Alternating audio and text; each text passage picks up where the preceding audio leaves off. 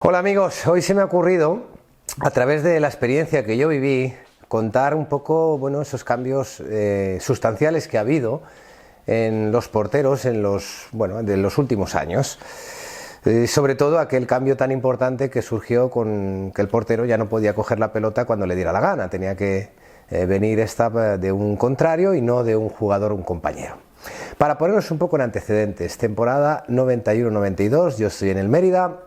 Mi entrenador Juan Gómez Juanito, estamos jugando un partido Mérida-Betis, seguro que los meritenses recuerdan aquel partido porque creo que fue la primera vez que el Mérida le ganó al Betis en un partido de la Liga, ¿no? En segunda división estaban entonces los béticos. A mí me vino una pelota rodando, tranquila, hacia portería, y yo en lugar de usar las manos para cogerla, pues la paro con el pie. Entonces salta del banquillo Juan Gómez Juanito, absolutamente nervioso, enervado, y me pega una bronca terrible, ¿no? Es un poco para ilustrar dónde estábamos y dónde estamos ahora. Aquella pelota no tenía ninguna trascendencia, era una pelota muy lenta, muy sencilla, pero yo hice un poco el vago, en lugar de agacharme, pues la controlé con el pie y me llevé una muy buena bronca. Y luego durante la semana pues Juanito me decía: oye, pero es que claro, y si te llega a botar mal, las porterías no siempre está el césped perfecto, qué necesidad hay de correr ese riesgo, de controlarla con el pie, etcétera, etcétera. Esa misma temporada, gracias a la oportunidad que me da el Mérida en segunda división, yo soy convocado para la Olimpiada en Barcelona 92.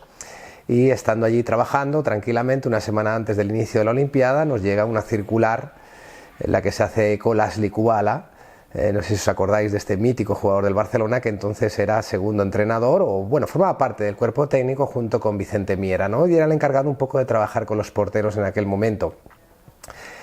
Oye, tenemos un problema, no podéis coger la pelota nada más que si es de un rival, pero ya un compañero no la puede ceder. Entonces a partir de ahora vamos a trabajar este aspecto, porque estamos a una semana de que empiecen los partidos y esto va a ser así, ¿no?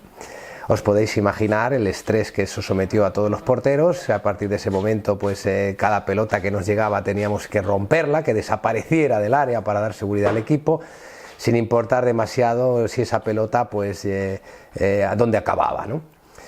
Mi primera temporada en primera división, mi primera experiencia en el Celta de Vigo fue el año siguiente, 92-94, en esos 2 años.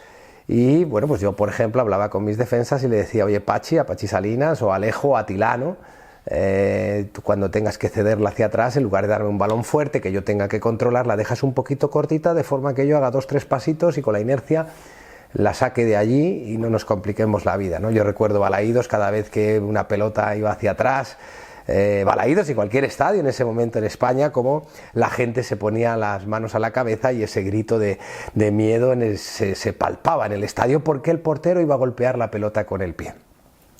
Deciros que esta norma, a mí me llegó a los 22 años, 23, y tuve algo de tiempo de adaptación, ¿no? Más castigados quedaron porteros que en aquella época ya superaban o estaban cerca de los 30 años, pues como Ablanedo, como Zubizarreta, como Chotorena, que eran los porteros mejores que había en España en ese momento, ¿no? Te dicen a los 30 años, no puedes cogerla con la mano, tienes que jugar con el pie, es un trauma, ¿no? A nuestra edad. Para que os hagáis una idea, yo creo que el que mejor se acopló, y casi yo diría el único, fue Molina, que era portero, estuvo en el Albacete, estuvo luego previamente en el Valencia, en secciones inferiores, y luego en el Atlético de Madrid demostró que fue el primer portero moderno, ¿no? Que decía todo el mundo, porque esta situación del juego no le daba miedo. Aquello fue un marrón, ¿no? Que tuvimos que pagar un diezmo, que al fútbol tuvimos que pagar los porteros con el fin de que fuera más dinámico. Y es verdad que el fútbol se convirtió en más dinámico, y es verdad que nosotros lo pasamos muy mal, pero yo creo que el fútbol benefició a todos, ¿no? ¿Qué sucedió también a partir de ahí? Pues a partir de ahí sucedieron varias cosas, ¿no? Que quiero también poner en relieve. El horario que tiene un entrenador de porteros para trabajar con un portero, puede ser a lo mejor de 1 hora, y obviamente habría que tienen que dedicarle parte al juego con el pie, y le dedican, yo diría, casi en exceso, ¿no? Y se olvidan de otros conceptos que tienen que ver con la posición en la portería, que tienen que ver con los blocajes, que tienen que ver con el juego aéreo, por ejemplo, que tienen que ver incluso con la táctica del portero. De esto hablaremos también más adelante, que es la colocación de los hombres en el córner o la colocación de los hombres en la barrera, ¿no? Porque las cosas también han cambiado mucho, pero aquí nos vamos a centrar en esa norma que fue la que cambió un poco completamente el juego del portero. Yo creo que también esto enriquecido por los medios de comunicación, por el entorno, el portero ha ido ganando enteros cuando le dicen que juega bien con el pie, pero ya nos preocupamos menos de que bloquee los balones, de que no conceda una segunda oportunidad al atacante. Hay muchas veces que escuchamos a los narradores decir paradón, y el portero es que ha llegado a tocar la pelota, pero no ha hecho un paradón, ha hecho un rechace absolutamente evitable que se ha convertido en una nueva ocasión de gol, ¿no? Pero se le ha dado mucho valor al juego con el pie. ¿Cuántas veces hemos dicho, este portero sí, para el Barcelona sí que le vale, ¿no? Porque juega muy bien con el pie? Como si fuera imposible, ¿no? Ahora mismo que un portero que no juega bien con el pie pudiera jugar en el Barcelona o en cualquier equipo, ¿no? Es una condición ya prácticamente obligatoria, pero hemos perdido determinados conceptos. Ya no se valora tanto ese portero que sale y bloca los balones por arriba, los córners, basta con que toquen, palmen o despejen con el puño, ya está considerado como una buena acción. Y yo os voy a poner un ejemplo. Yo el fútbol ahora desde la portería pues lo vivo intensamente porque tengo un hijo que es portero, que está en edad juvenil. Obviamente, claro, él nació en 2002, que fueron 10 años después de esa norma de coger la pelota con la mano. Claro, él juega con el pie extraordinariamente bien y a mí me cuesta mucho ver sus partidos porque, claro, yo no sabía jugar con el pie. Y cuando veo que él juega en corto, dentro del área pequeña, con izquierda, con derecha, pues yo me tapo los ojos en la televisión y maldigo todo lo que veo porque yo no sabía, ¿no? Entonces me da un pánico horroroso pensar que le pueden hacer gol en una jugada tan absurda que yo lo hubiera resuelto de otra forma porque yo jugaba en otros tiempos. Pero lo cierto es que hemos perdido otros conceptos por culpa del juego con el pie, y que obviamente sí que ha tenido sus beneficios, pero ha tenido también está teniendo su incidencia en el portero. Vemos porteros con menos calidad técnica. Y fijaos que ahora todos los entrenadores de porteros todos los clubes tienen entrenadores de porteros, ¿no? Yo os voy a poner un ejemplo. Yo en el Mérida no tenía un entrenador de porteros, el entrenador de porteros era el segundo entrenador siempre de cada uno de los entrenadores que tuve. Esa temporada tuve hasta 3. O, por ejemplo, la primera temporada que yo estuve en el Real Madrid, en el primer equipo, como tercer portero, 88-89, el entrenador de porteros era don Ramón Grosso. Digo don Ramón porque le tengo un gran aprecio a él. Le tuve un gran aprecio a él, en paz descanse, y a su familia.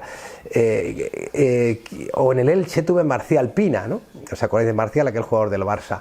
¿Qué pasa? Estos eran exjugadores, trabajadores del cuerpo técnico con buen golpeo de balón, y decían, bueno, pues trabaja tú con los porteros, chútales y chútales y chútales, y ya está. Y así de esa forma pues pueden ir ellos trabajando. Hoy en día hay entrenadores especializados en los porteros que pueden pues de alguna forma mejorar muchos aspectos de los porteros. Cuando nosotros en nuestra época, yo en juveniles, tenía la suerte de cruzarme, por ejemplo, alguna temporada con Miguel Ángel, que ya había sido portero internacional además, pues eso a mí me hacía crecer mucho.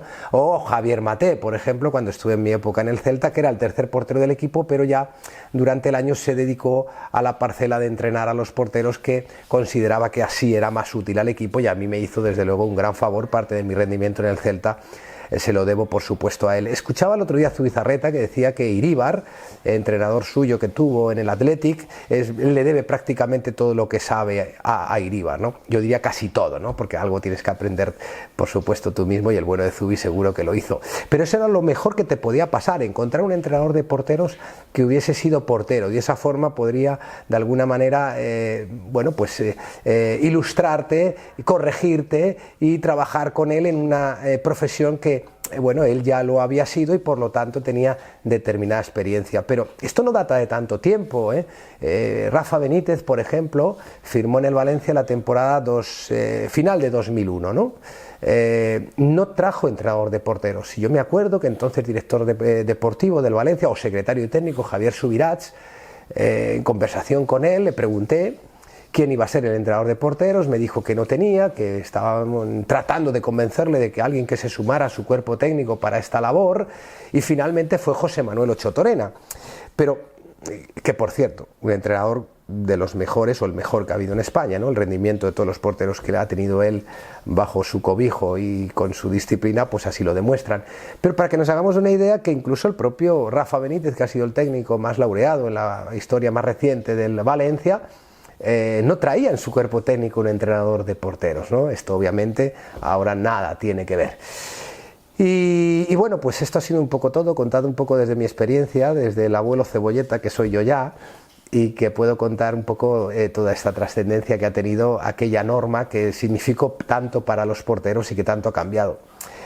Hay muchos más aspectos. Por ejemplo, lo he comentado antes, un día hablaremos de la colocación de las barreras, también hablaremos, y lo he comentado antes, de la posición de los jugadores en los corners, ¿no? De lo que es la táctica del portero, ¿no? Y esto es todo. Abrigaros mucho, sabéis que cuando nieva pasan dos cosas fundamentales, ¿no? Que los niños hacen el gamba pues jugando con la nieve hasta que se le quedan helados las manos y los pies, y los padres hacemos el gamba atascando los coches por los caminos. Así es que disfrutad de la nieve todo lo que podáis. Aquí en Comunidad Valenciana está siendo pues obviamente una novedad porque no suele nevar mucho, y tratar de evitar la segunda parte, la de quedaros por ahí tirados con el coche, y por supuesto disfrutar de la primera de vuestros hijos, de vuestros familiares y de estos días de nieve. Recordad, año de nieves, año de bienes. Va a ser maravilloso el agua que está recogiendo todo el campo y todo el monte en la Comunidad Valenciana y otras comunidades de la península ibérica. Un abrazo muy grande, nos vemos próximamente con un nuevo vídeo.